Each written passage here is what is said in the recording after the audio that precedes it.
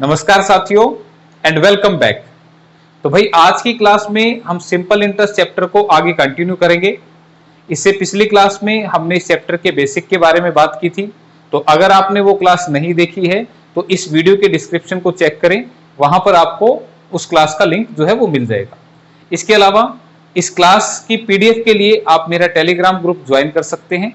ठीक है, तो इसी के साथ फिर आज की क्लास को शुरू कर लेते हैं। और आज की क्लास का हमारा पहला क्वेश्चन स्क्रीन पर आ चुका है।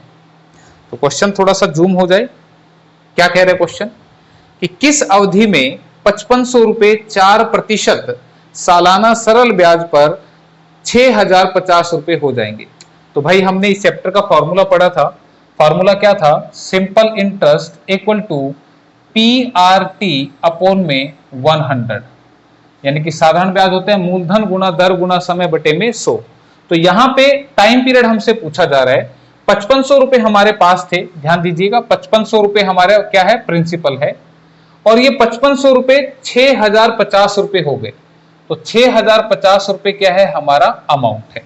ठीक है, तो मैंने आपको बताया था कि 5500 हमारे थे और 6050 हो गए, तो इसका मतलब 550 रुपए जो बढ़ गए वो क्या है? हमारा सिंपल इंटरेस्ट यानी कि साधारण ब्याज।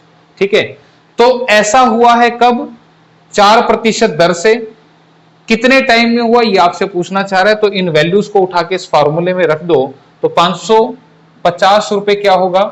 ब्याज होगा। किसका? 5500 रुपए प्रिंसिपल का।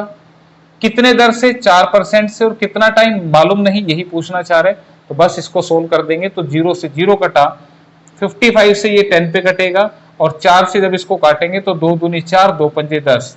तो टाइम कितना आ जाएगा? 5/2 यानी कि 2.5 साल। यानी कि 2.5 साल के अंदर ऐसा हो जाएगा। तो ऐसा कहीं ऑप्शन में लिखा है, ऑप्शन नंबर डी में साफ साफ ऐसा लिखा है 2.5 साल। ठीक है, तो बिल्कुल इजी था। तो मैंने कहा था यही फॉर्मूला इस्तेमाल होके आप इसको कर सकते हैं, अलग अलग फॉर्मूलों की जरूरत नहीं है। इसी के साथ नेक्स्ट क्वेश्चन, स्टेटमेंट पढ़िए और कर सकते हैं तो आप करें इसको पहले।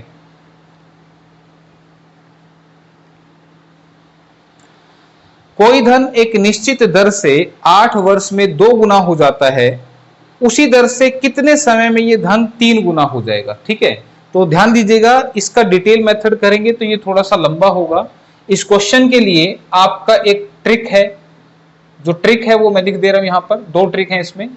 पहले लिखेंगे n1 - 1 अपॉन में n2 - 1 equal to rate 1 upon में रेट 2। ठीक है, दूसरी ट्रिक जो है वो है n1 - 1 अपॉन में n2 - 1 equal to time 1 upon में टाइम 2। 2 तरह के क्वेश्चन यहां पर आते हैं, मैं यहां पे लिख भी देता हूं। वेयर n1 एंड n2 ये क्या है? जितने गुना हो जाएगा, जितने गुना हो जाएगा, ये क्या है? n1 और n2। जैसे कि स्टेटमेंट में दिया है एक धन निश्चित दर से 8 साल में 2 गुना हो जाएगा।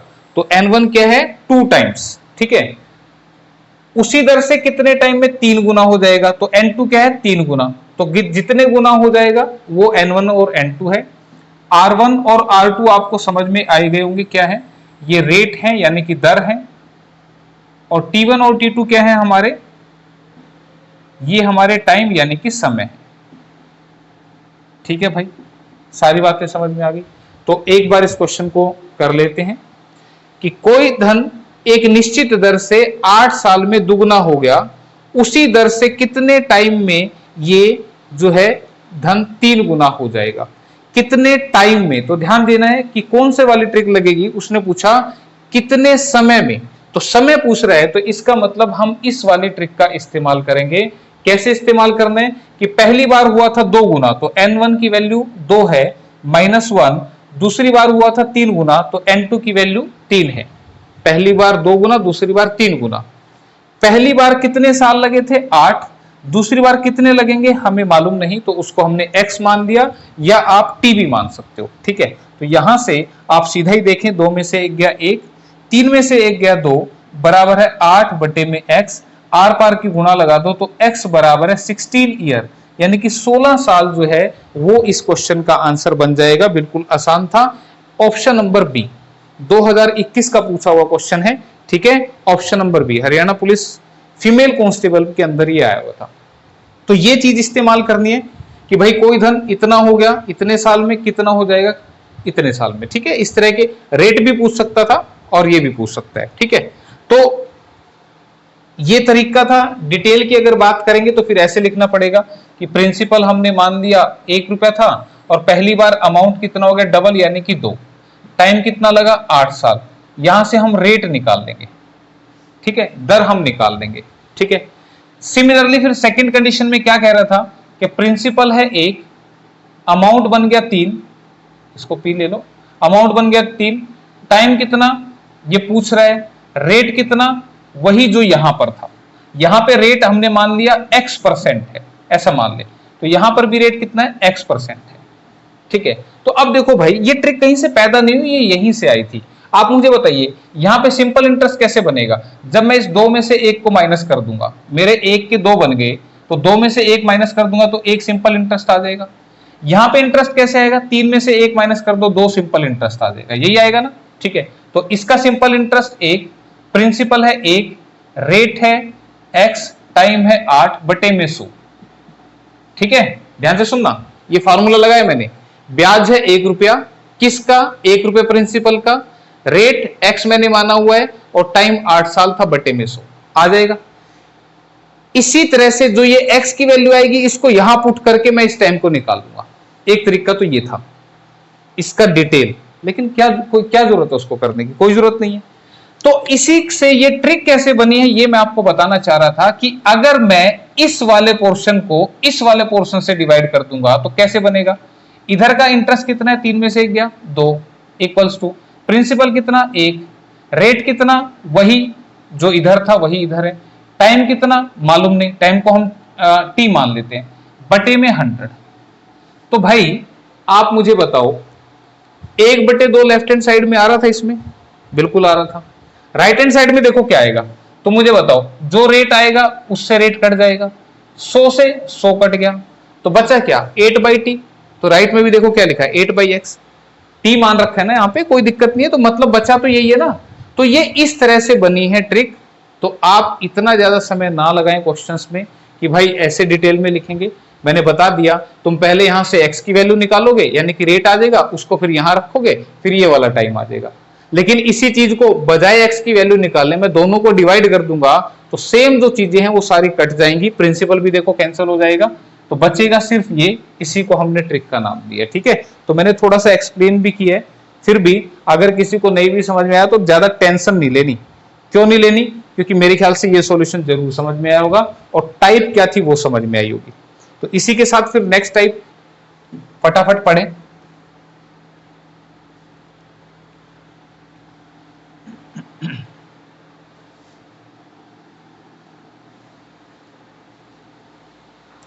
एक व्यक्ति 2 वर्ष के लिए 4% प्रति वर्ष साधारण ब्याज की दर से 5,000 रुपए उधार लेता है। वह तुरंत उसे 2 वर्ष के लिए एक अन्य व्यक्ति को 6 सही 1/4% प्रति वर्ष साधारण ब्याज की दर से उधार दे देता है। तो उसके इस अंतरण में प्रति वर्ष लाभ ज्ञात कीजिए। तो ध्यान से सुनना भाई, मैंने आपको एक चीज बताई थी कि सिंपल इंटरेस्ट जो है वो रेट और टाइम के प्रोडक्ट पे डिपेंड करता है। ये बात मैंने आपको बताई थी पहले भी, ठीक है। मैं प्रैक्टिकल सी बात करता हूं। मुझे बताइए अगर आप डिटेल इस क्वेश्चन की लिखेंगे तो 5,000 रुपए उधार लिए, 4% दर थी, 2 साल का समय था, तो ब्याज कितना बनेगा? तो तुम कहोगे कि अगर हम 5,000 रुपए उधार ले ले 4% से 2 साल के लिए तो हमें ब्याज कितना मिलेगा? तो तुम कहोगे 5 के 20 दूनी 40 यानी कि 400 रुपए। 400 रुपए क्या बनेगा? ब्याज बनेगा। लेकिन आपने क्या किया, ये 5,000 रुपए किसी और को दे दिया उधार। तो 5,000 रुपए अब किसी और को दे दिए उधार, तो उसको तुमने दिए किस दर से? 6 से 1/4% दर से। तो 6 से 1/4 कितना बनेगा? 6 चौके 24 और 1 25/4, 25/4 बनेगा। और टाइम फिर से 2 साल, और परसेंटेज हटेगा उसका 100 नीचे लगाने था।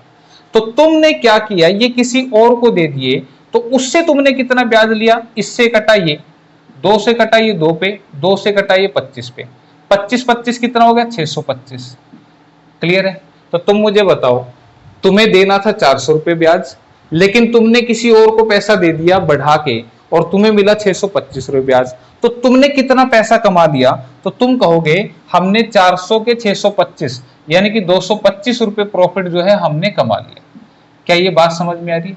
ये बात अगर आपको समझ में आ गई तो ये तो है इसका डिटेल मेथड। अब 225 तो कई ऑप्शन में दिखाई नहीं दे रहा, क्यों नहीं दिखाई दे रहा? ध्यान दो, उसने पूछा उसके इस अंतरण में प्रति वर्ष लाभ क्या होगा, यानी कि 1 साल का प्रॉफिट वो पूछना चाह रहा है। ये तो टोटल 2 साल का प्रॉफिट आ गया, तो प्रति वर्ष लाभ यानी कि पर ईयर प्रॉफिट कितना हुआ, 225 रुपए 2 साल का है, तो 1 साल का कितना बन गया, 2 एकम 2, 2 एकम 2, 2 दूनी 4, 2 पंजे 10, 112.5। तो 112.5 ऑप्शन नंबर सी में लिखा हुआ है, तो ये आंसर बनेगा। ठीक है, तो एक तरीका तो ये था भाई इसका पूरा, लेकिन इतना लिखने की जरूरत नहीं थी। मैंने बताया आपको कि सिंपल इंटरेस्ट रेट और टाइम के प्रोडक्ट पे डिपेंड करता है कि अगर आप किसी से 4% दर से 2 साल के लिए पैसा लेते हो तो आपको कितना ब्याज देना पड़ेगा, 2 साल गुना में 4%, तो यानी कि 8 रुपए। प्रैक्टिकल सा लिख रहा हूं, बाद में परसेंट लगाऊंगा, यानी कि 4 रुपए ब्याज बनेगा 1 साल का, तो 2 साल का बनेगा 8 रुपए। फिर 2 साल के लिए 6 सही 1/4% यानी कि 25 बटे में 4, तो कितना बनेगा, 2 से काटेंगे तो 12.5, तो ये बनेगा 12.5, 12.5। ठीक है, तो कितना प्रॉफिट हो गया, 8 वाला सामान 12.5 का दे दिया तो 4.5 प्रॉफिट हो गया। तो 4.5 का मतलब क्या, ये परसेंटेज में था, रेट था परसेंटेज में, तो यहां पे परसेंटेज अगर आप लगाओगे तो 4.5% जो है वो प्रॉफिट हो गया। क्लियर है? तो 4.5% प्रॉफिट 2 साल में कमा लिया, तो 1 साल में कितना होगा, या तो इसका आधा कर लो या आप 5000 का 4.5% निकाल के बाद में आधा कर देना, क्योंकि ये तो 2 साल का प्रॉफिट चल रहा है ना। तो मैं दिखा देता हूं, 5000 का 4.5% अगर आप करते हो तो परसेंट के नाम का 100 लगा दिया, पॉइंट के नाम का 10 लगा दिया, तो 3 जीरो से ये 3 जीरो कट गई, 5 पंजे 25, 500 के 20 और 2 22, तो 225 रुपए प्रॉफिट आ गया। ये 225 रुपए कितने साल का है, 2 साल का है, तो फिर से पर ईयर का कितना बनेगा, इसका हाफ करके। ठीक है, तो ये जो चीज है इसको आप माइंड में ही कैलकुलेट कर सकते हो कि 6 से 1/4 गुना 2 ये बनेगा 12.5 और 2 इंटू 4 ये बनेगा 8, तो डिफरेंस 4.5 का आया और यही प्रॉफिट है। ठीक है, तो ये इस चीज से बताया मैंने। क्लियर? आपको जो अच्छा लगे, जैसे समझ में आओ वैसे कर लेना। ठीक है, कंसेप्ट बताना मेरा काम था तो मैंने वो बता दिया। इसी के साथ अगला क्वेश्चन,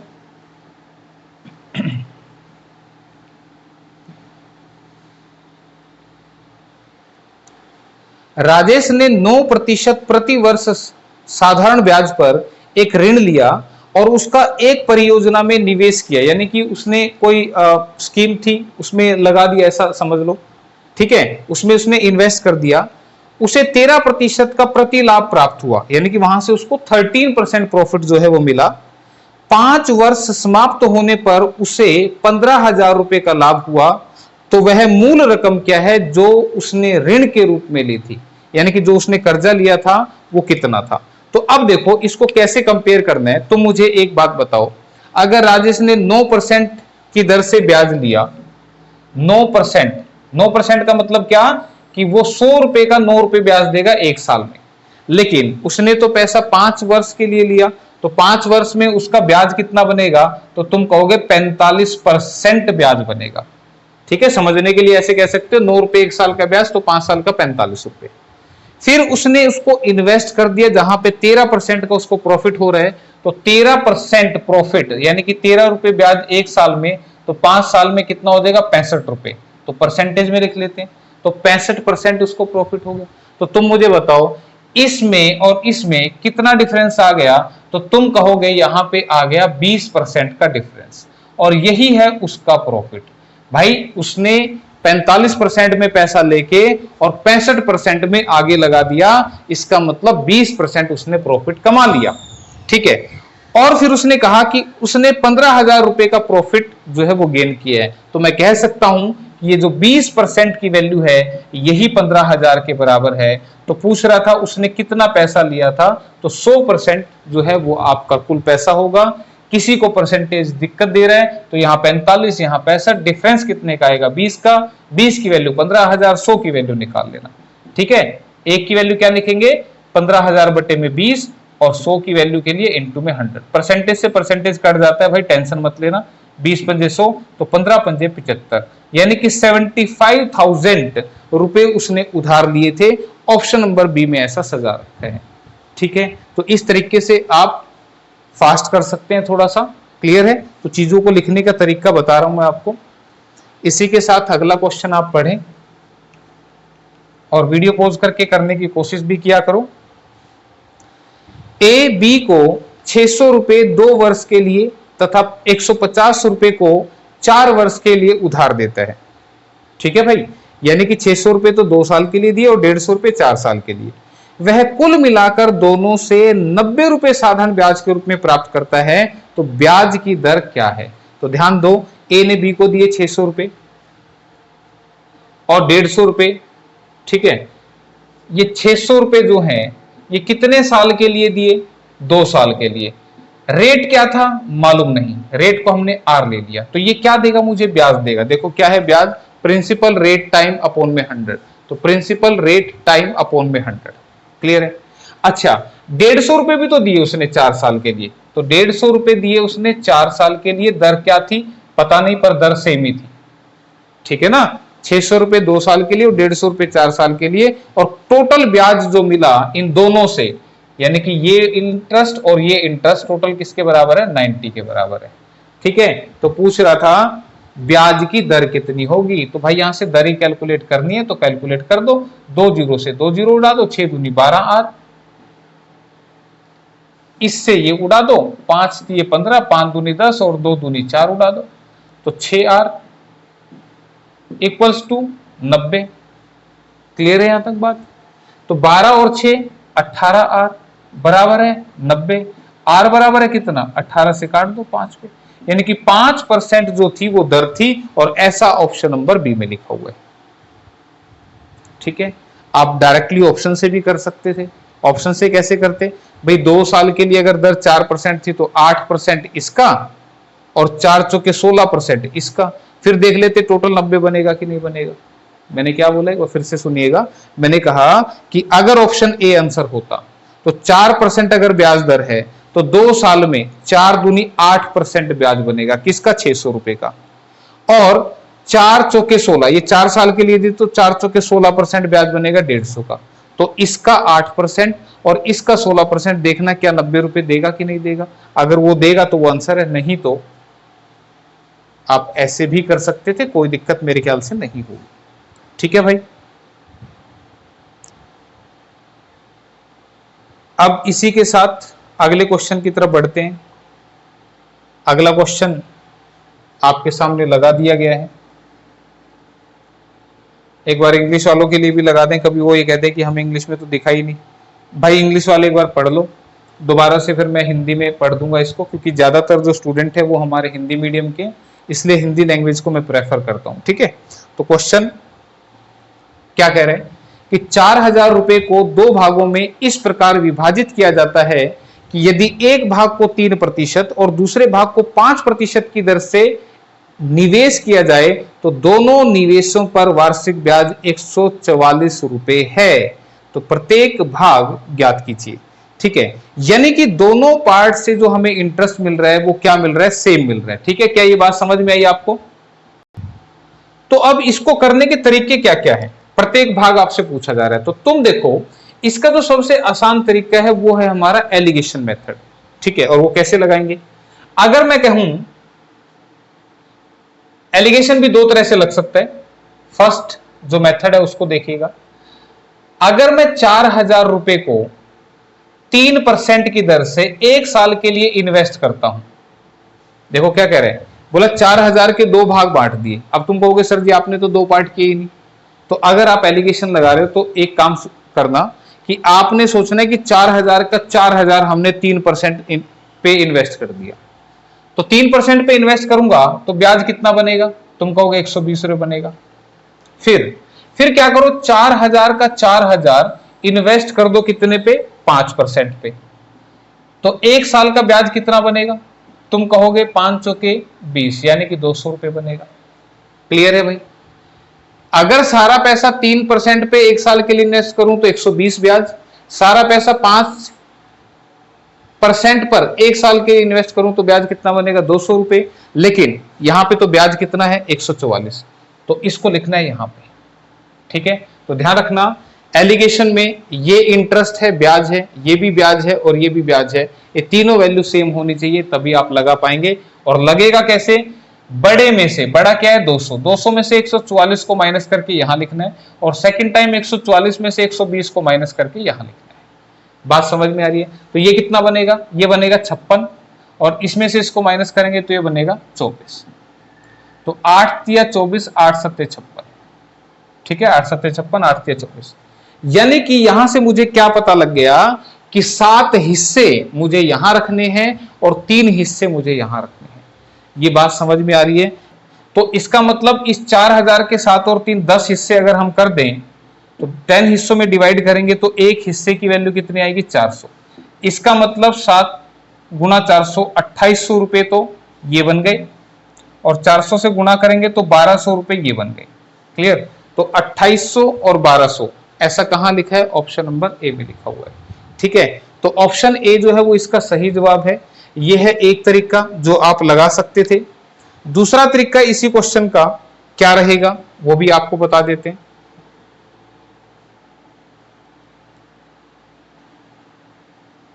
इसी क्वेश्चन को आप सेकंड तरीके से ऐसे कर सकते थे। मैंने कहा था एलिगेशन में सारी वैल्यू सेम होनी चाहिए, तो सेकंड मेथड क्या रहेगा कि पहले पार्ट पर रेट है 3%, दूसरे पार्ट पर रेट है 5%, और मिक्सचर का रेट यहां पर लिखना है। तो मिक्सचर कैसे बनेगा, अब देखो यहां पे 4000 रुपए को 2 पार्ट में डिवाइड करके टोटल इंटरेस्ट कितना बना, 144। तो टोटल इंटरेस्ट बना 144 किसका, 4000 रुपए का। दर कितनी थी मालूम नहीं, टाइम 1 साल था।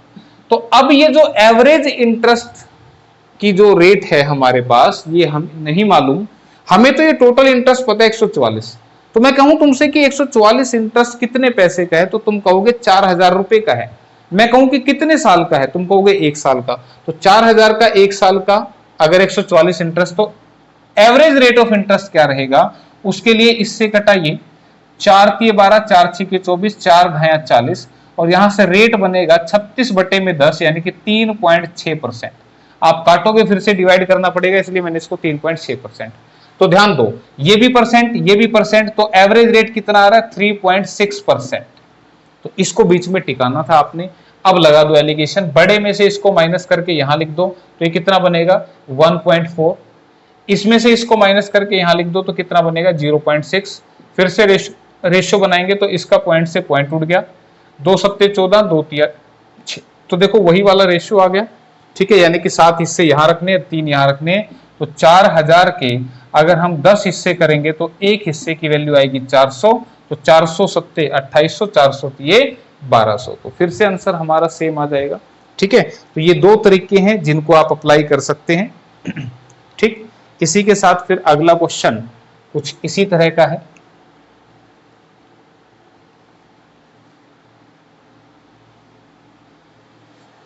कह रहे कि 1 लाख रुपए की रकम को 2 भागों में लगाया जाता है। पहले भाग पर 9% वार्षिक तथा दूसरे भाग पर 11% वार्षिक ब्याज प्राप्त होता है।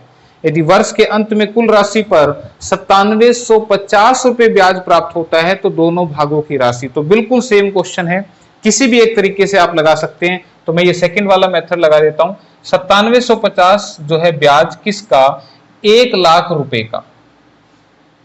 ठीक है भाई, 1 लाख रुपए की थी तो प्रिंसिपल कितना है, 1 लाख रुपए।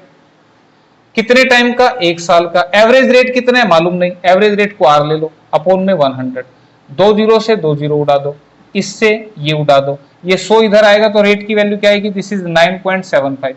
किसी को ऐसा लगे सर जी 100 और 975 को क्यों नहीं काट रहे, काटोगे तो फिर से डिवाइड करना पड़ेगा, बात घूम फिर के यही आएगी। ठीक है, तो पहले भाग कितने पे दिया था, 9% पे। दूसरा भाग 11% पे, और ओवरऑल कितना बना 9.75। ये क्या है, एवरेज रेट है। तो लगा दो एलिगेशन, ये कितना बन गया 1.25, इसमें से इसको घटा दो, क्या बन गया 0.75। और ऐसा करने से हमारे पास दोनों पार्ट्स का रेशियो आ जाता है। ठीक है, कोई दूसरे मेथड से ट्राई करना चाहे तो वो उससे भी कर सकता है, सेम ही आएगा। पॉइंट से पॉइंट हटा दो, 25 या 75, 25 पंजे 125। इसका मतलब ये हुआ भाई उस 1 लाख रुपए के 5 हिस्से इधर रख दो और 3 हिस्से इधर रख दो। तो 1 लाख रुपए के टोटल कितने हिस्से करने, 8। 5 इसको देने, 3 इसको देने, तो 8 से काट दो, 8 एकम 8, बचा 20, 8 दूनी 16, 8 पंजे 40, 0 0। ठीक है, इसको गुणा कर दो, एक हिस्से की वैल्यू आ गई 125 पंजे 625, 125 दिए, 2 थी ना 0, 3 लगा दी, 375। तो देखो कहीं दिख रहे हैं 62,500 ऑप्शन बी में लिखा हुआ है और 37,500। क्लियर, सेम हो गया क्वेश्चन। 2 तरीके बता दिए भाई, जो अच्छा लगे वो लगा लेना, कोई दिक्कत नहीं है, जो तुम्हें अच्छा लगे। इसी के साथ फिर अगला क्वेश्चन देख लो, क्या कह रहे हैं। बोला 800 रुपए की राशि 3 वर्षों में साधारण ब्याज की दर से 920 रुपए हो जाती है। यदि ब्याज दर में 3% की वृद्धि हो जाए तो यह राशि कितनी हो जाएगी।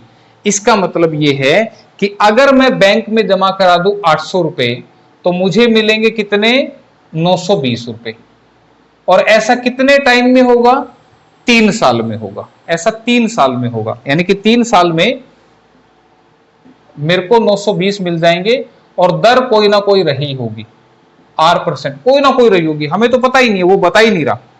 ठीक है, तो अब मुझे बताओ अगर ब्याज दर 3% बढ़ जाए तो यह राशि कितनी हो जाएगी। तो इसका मतलब जायज सी बात है, अगर दर 3% बढ़ा दे, यानी कि नई दर क्या हो जाए R+3%, तो 3 साल में अब जो 800 रुपए मैंने जमा कराए थे अब वो कितने हो जाएंगे, यानी कि मेरा प्रिंसिपल अब कितना हो जाएगा। तो देखो भाई सीधी सी बात है, अगर दर 3% बढ़ गई तो इसका मतलब 1 साल में 3 रुपए ब्याज बढ़ गया। सिंपल सी बात है, एग्जांपल से समझाता हूं। मान लो पुरानी दर 10% थी, 10% का मतलब यह हुआ कि 100 रुपए प्रिंसिपल का 10 रुपए ब्याज होगा 1 साल में। क्या यह बात मैंने समझाई थी, बताया था चैप्टर के बेसिक में, यह समझाया था कि 100 रुपए पे 10 रुपए ब्याज होगा 1 साल में। लेकिन अगर दर 3% बढ़ा दूंगा तो दर 13% हो जाएगी। तो अब 100 रुपए का कितना ब्याज मिलेगा 13 रुपए। तो मैं तुमको क्या बताना चाह रहा हूं कि पहले 10% दर थी तो 10 रुपए ब्याज था, अगर दर 3% बढ़ेगी तो ब्याज भी तो 3 रुपए बढ़ जाएगा। ठीक है, तो आपको बताया भी था मैंने कि 1 साल में 100 रुपए पर मिलने वाला ब्याज ही हमारा दर होता है। तो अगर दर 3% बढ़ गई तो यानी कि 3 रुपए ब्याज बढ़ गया 1 साल में, तो 3 साल में कितना बढ़ेगा, तुम कहोगे 9 रुपए बढ़ गया। क्या ये बात समझ में आ रही है भाई, 3 रुपए अगर 1 साल में बढ़ गया तो 3 साल में ब्याज कितना बढ़ जाएगा, तो 3% गुना 3 यानी कि 9% ब्याज बढ़ जाएगा। क्यों भाई 9% ब्याज बढ़ जाएगा ना, किसका 9% बढ़ जाएगा, प्रिंसिपल का। तो 800 का 9% ब्याज बढ़ जाएगा, यानी कि 72 रुपए बढ़ जाएंगे। तो पहले 920 रुपए मिलने वाले थे, अब 72 रुपए और फालतू मिलेंगे, यानी कि अब मिलेंगे 992 रुपए। तो कह रहा था कितने रुपए हो जाएगी राशि, तो 992 रुपए हो जाएगी भाई। ये तो मिल रहे थे ओरिजिनल रेट से, ठीक है, जो भी चल रहा था। 3% अगर दर बढ़ गई तो ब्याज कितना बढ़ गया 3 रुपए 1 साल का, तो 3 साल का 9 रुपए, तो 9 रुपए को हम 9% बोल रहे हैं यहां पर। तो प्रिंसिपल का 9% यानी कि ये हमारा ब्याज जो है बढ़ के मिलेगा। तो 72 रुपए हमने इसमें बढ़ा दिए, तो जवाब बनेगा 992। ठीक है, इसी के साथ फिर अगला क्वेश्चन, बड़ी प्रैक्टिकल सी बात है इस क्वेश्चन में, बशर्ते कि ध्यान से तुमने पढ़ा हो तभी समझ पाओगे। क्या कहना चाह रहे हैं कि 10 वर्ष के पश्चात किसी धनराशि पर साधारण ब्याज 600 रुपए हो जाएगा। राशि क्या है नहीं पता, ब्याज 600 हो जाएगा, दर क्या है नहीं पता। कुछ नहीं बता रखा, सिर्फ ये कह रहा है कि कोई प्रिंसिपल है, 10 साल के बाद ब्याज जो है वो 600 रुपए हो जाएगा। फिर कह रहा है यदि 5 वर्ष के बाद मूलधन 3 गुना हो जाए तो 10 वर्ष के अंत में कुल ब्याज की रकम कितनी होगी, यानी कि टोटल ब्याज कितना मिलेगा, यह पूछना चाह रहा है। तो ध्यान दो भाई, मैंने जब चैप्टर का बेसिक समझाया तो मैंने कहा था कि यह साधारण ब्याज क्यों होता है, क्यों होता है, क्योंकि इसमें हर साल ब्याज सेम रहता है, इसलिए साधारण ब्याज होता है। ठीक है, तो यहां पे अगर मैं देखूं 600 रुपए मेरा ब्याज है 10 साल का, तो एसआई पर ईयर यानी कि प्रति वर्ष ब्याज कितना होगा, तो 600 रुपए 10 साल का है, इसका मतलब 60 रुपए ब्याज हर साल मिल रहा है। इस बात में कोई दिक्कत, क्लियर है? तो मेरा जो भी प्रिंसिपल है मुझे उस पर 60 रुपए ब्याज मिलेगा हर साल, लेकिन वो कह रहा है कि अगर 5 साल के बाद मूलधन 3 गुना हो जाए तो इसका मतलब 5 साल तक तो 60 ही ब्याज मिलेगा। क्यों भाई, जो भी मेरा प्रिंसिपल है वो 60 रुपए मेरे को ब्याज दे रहा है 1 साल का, तो 5 साल में 300 रुपए तो ब्याज देगा। अगर वो प्रिंसिपल 3 गुना हो जाए तो ध्यान रखना भाई, ब्याज भी 3 गुना हो जाएगा। मैं बताऊंगा एक एग्जांपल से। तो इसका मतलब पहले 5 साल तक तो 60 ब्याज मिलेगा, जैसी प्रिंसिपल 3 गुना होगा ब्याज भी 3 गुना हो जाएगा, तो अब 5 साल तक जो ब्याज मिलेगा वो 180 रुपए के हिसाब से मिलेगा। तो 180 पंजे 900 प्लस 60 पंजे 300, तो टोटल कितने बन गए 1200। तो 1200 रुपए क्या बन गया, आपका सिंपल इंटरेस्ट बन गया।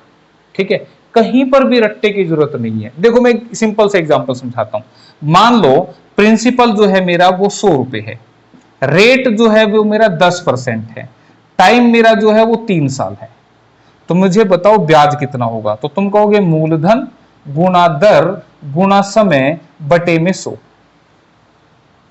ठीक है, या एक काम करते हैं, इसको 1 साल ले लेते हैं, 1 साल ले लेते हैं, थोड़ा सा आसानी से समझ में आ जाएगा। तो मुझे बताओ यहां से मुझे ब्याज कितना मिला, 10 रुपए मिला कि नहीं मिला। अगर प्रिंसिपल 100 है, रेट 10% है, टाइम 1 साल, तो ब्याज कितना मिला 10 रुपए। अब मैं अगर प्रिंसिपल को 3 गुना कर दूं तो भाई 3 गुना हो गया कि नहीं हो गया, रेट वही है, टाइम भी वही है, 1 साल।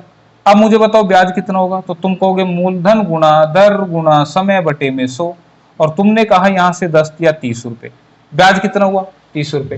पहले कितना था 10, तो मुझे बताओ जैसे ही तुमने प्रिंसिपल को 3 गुना कर दिया तो ब्याज भी तो 3 गुना हो गया। क्या दिक्कत है इस बात में? तो यही बात मैं समझाना चाह रहा हूं आपको कि अगर प्रिंसिपल जितने भी गुना होगा तो ध्यान रखना ब्याज भी उतने गुना हो जाएगा। ठीक है, तो इसलिए तो सिंपल है, ये सिंपल सा बेचारा, तंग करता ही नहीं है।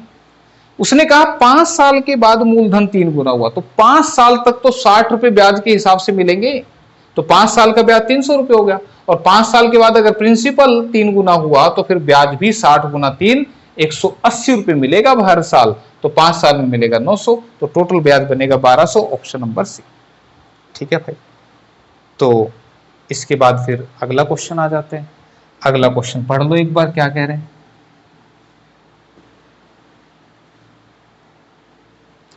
अगला क्वेश्चन कह रहा है कि एक आदमी कुल 8500 रुपए अपने लड़कों के नाम क्रम से 4% और 5% पर ऐसे इन्वेस्ट कर रहा है कि 20 साल की उम्र होते ही दोनों को बराबर राशि प्राप्त हो। यदि उनके लड़कों की वर्तमान आयु 15 वर्ष और 13 वर्ष हो तो बड़े लड़के के नाम से उसकी निवेश राशि कितनी है।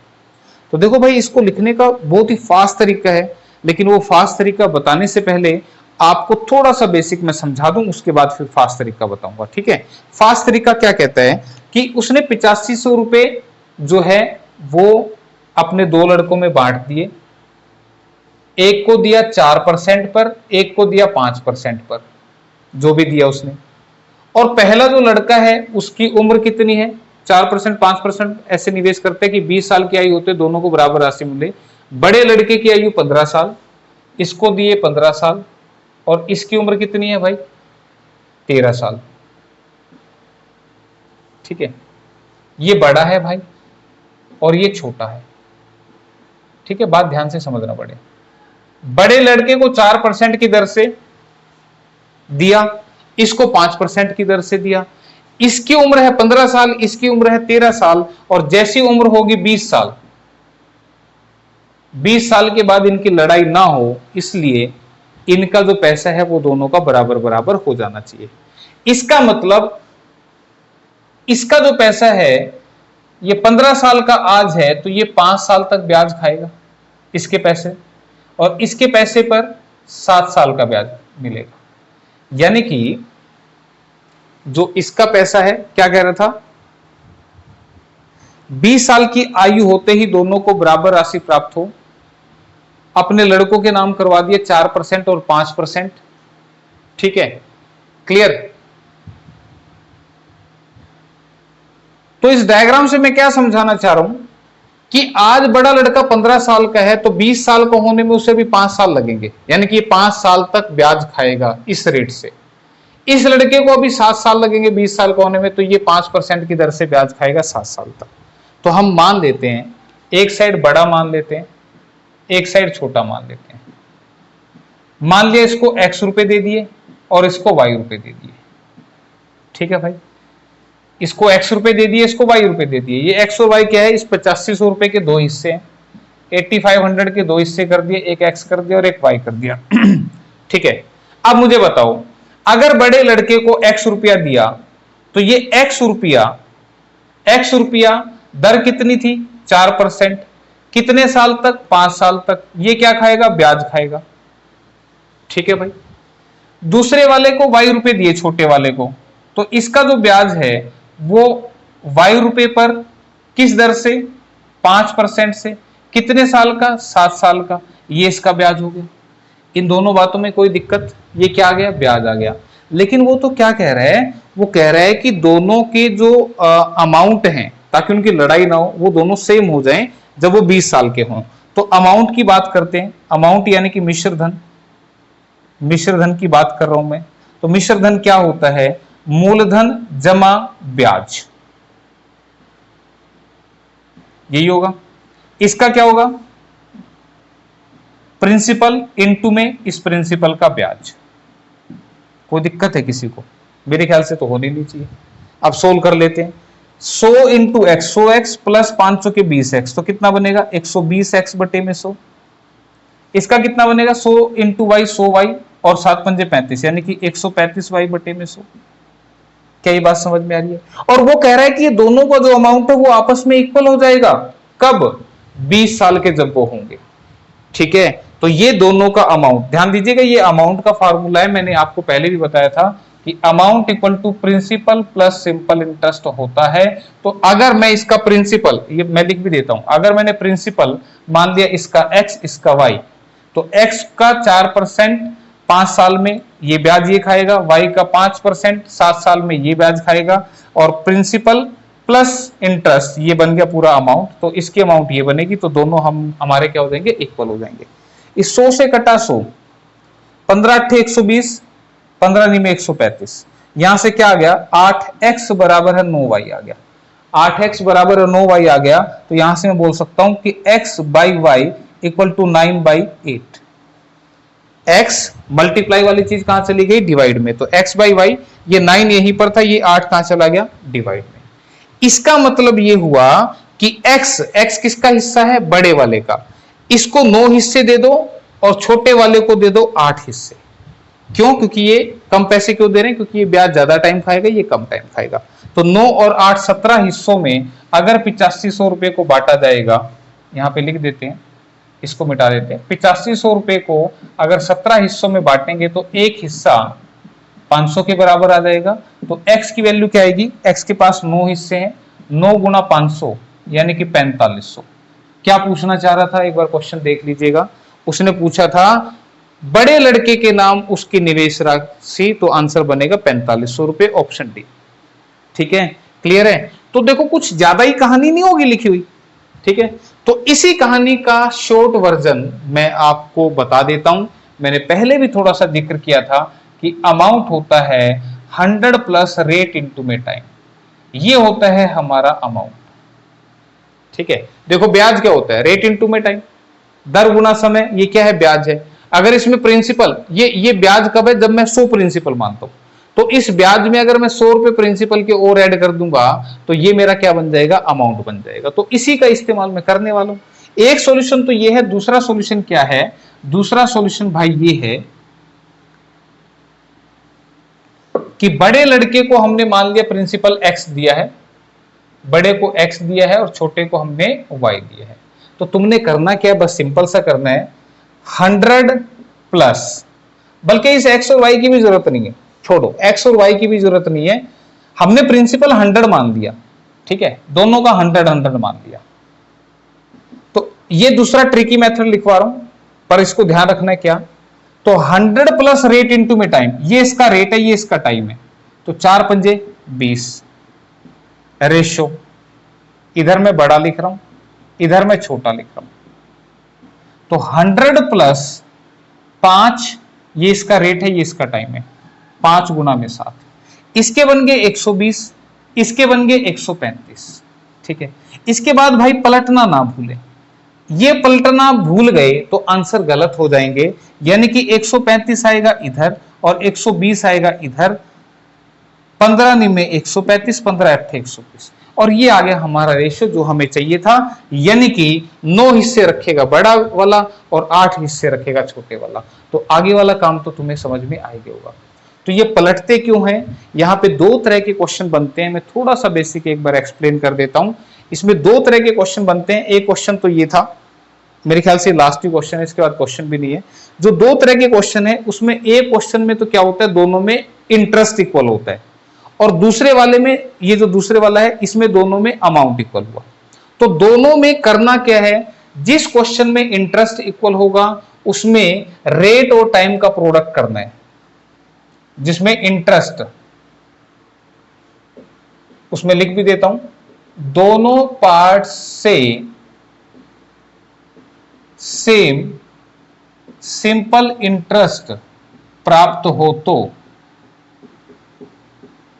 फर्स्ट पार्ट और सेकंड पार्ट का रेशियो कैसे बनेगा, रेट 1 इंटू में टाइम 1, रेट 2 इंटू में टाइम 2, लेकिन इसको पलटना है, तो यहां पे रेट 2 इंटू में टाइम 2 और ये इधर आ जाएगा रेट 1 इंटू में टाइम 1। इसमें भी तो पलटे मारा है, तो इसमें भी पलटा मारना है। तो ध्यान रखना, बस क्या ध्यान रखना कि यहां पे 100 एक्स्ट्रा प्लस हो रहा है, इस वाले पोर्शन में क्या होगा, 4 पंजे 20, ये लिखा जाएगा, इधर लिखेगा 5 सत्ते 35, इसको इधर लिख लेना, इसको इधर लिख लेना, ये ऐसे पलटी मारते हैं। और ऐसा क्यों करते हैं, ताकि ये रेशियो बन जाए, और ये रेशियो मैंने अभी डिटेल में बना के भी दिखाया था, उस रेशियो से पलट के ही ये कंसेप्ट हमारा यहां निकल के आया है, ठीक है। इसीलिए मैंने यहां पे पलटी मारी है, अगर ये पलटी नहीं मारी तो फिर आंसर आपका इधर 8 आएगा, इधर 9, इसके हिसाब से आएगा, जो कि गलत होगा, ठीक है ना। तो ये ध्यान रखना है। 2 टाइप मैंने बता दी, दोनों कौन कौन सी टाइप होती हैं, लेकिन पलटी मारना ना भूलें, पलटी मारना ना भूलें, ये है खास पॉइंट। और इसी के साथ फिर हम आज की क्लास को यहीं खत्म करेंगे, नेक्स्ट क्लास में देखते हैं, नया चैप्टर लेते हैं, ठीक है। तो आज के लिए थैंक यू, धन्यवाद, बाय बाय, टेक केयर।